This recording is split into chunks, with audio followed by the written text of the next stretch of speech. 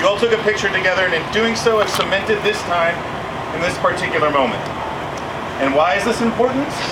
Well, let's be honest. Janice and Jeremy could have gone to the courthouse or carted me off to the coast and done this without any of you here. And while I would have liked a free trip to the coast, they have chosen that you be here for a reason.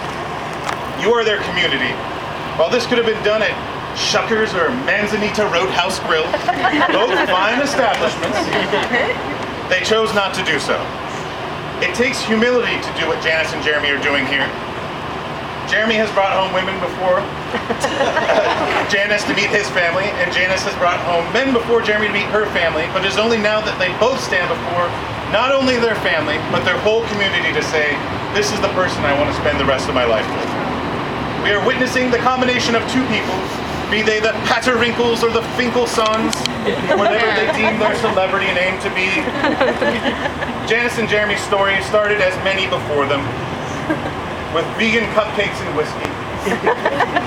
I guess that's kind of a Portland way to start a relationship.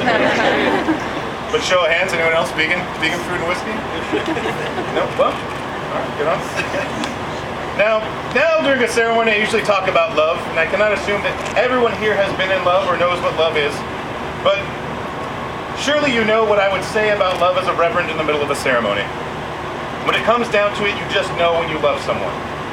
It is not quantifiable. It is about the everyday and the every minute. If we were to take the advice of Bill Murray, who in my opinion is a highly respectable man, he would say, if you have someone that you think is the one, don't just sort of think about it in your ordinary mind. Say, okay, let's make a day, let's plan this, make a party and get married. Take that person and travel around the world. Buy a plane ticket for the two of you to travel everywhere and go to places that are hard to get into and hard to get out of. And when you come back to JFK, you're still in love, then get married at the airport. Well, I do love this sentiment, but we should keep in mind that he has made this statement after a few drinks while crashing an unsuspecting husband-to-be's bachelor party. And while I'm speculating about his level of intoxication, I would venture to guess there are a few people here that could afford to fly around the world on a whim. Bill was getting at the fact that when you travel with someone, you encounter the worst side of them, from their worst moods to their worst flatulence. The way things used to go, Janice would have come with some fine Korean silks and some pamul as an offering to Jeremy and his family, which would have been a shame, as we all know inviting Jeremy into your family is very much more the burden. The fact of the matter is, nowadays it's okay to live with your fiancé before getting married, and Jeremy and Janice have done just that. They have the benefit of having lived together for some time now, and because of that, they've experienced some of each other's worst tempers, worst moods, worst flatulence, and the rest. In addition to this, they have planned a wedding, and for those of you who have not had the pleasure, it is no small feat. Am I right? After today? We did it though, we're here. You have to deal with a lot of things. You have to deal with what to wear. You have to deal with where to do it. You have to rely on Tim for awesome wedding advice. And most importantly, you have to decide who to invite. And then after all that, you actually have to deal with those people, present company excluded. The prospect of planning a wedding makes eloping or just living together the easier option. Getting married takes humility, yes, but it also takes temperance and courage.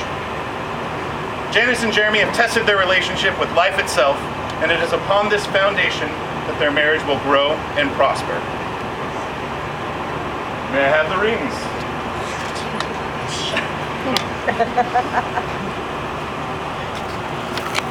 All right.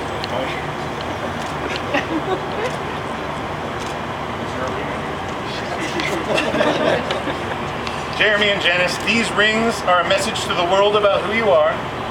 They are a message to each other about your bond. And they are a reminder to yourself about this day. While all of that exists in these pieces of jewelry, remember that it also exists within each of you. Shall we? All right. Give this to you.